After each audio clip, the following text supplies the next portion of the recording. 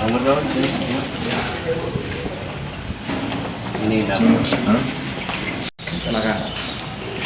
Habis kena banyu dingin ya. Udah tinggal.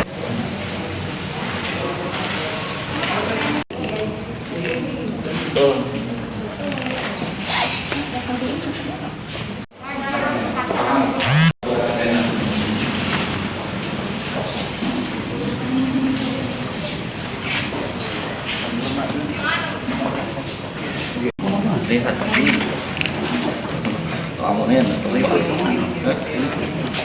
Untuk ujian sekolah di SKB hari ini bisa dijelaskan, Mbak?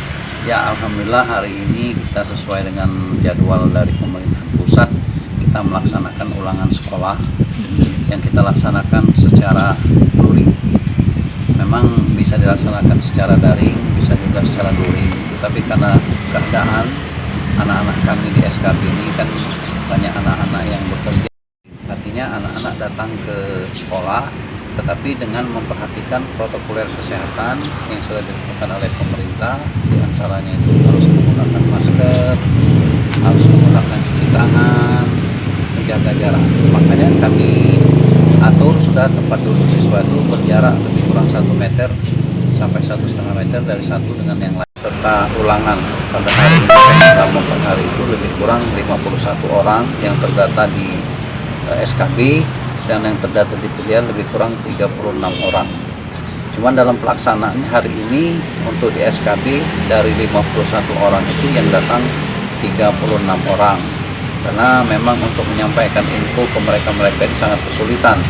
Anak langsung pulang ke rumah menghindari terjadinya kerumunan dan lain sebagainya.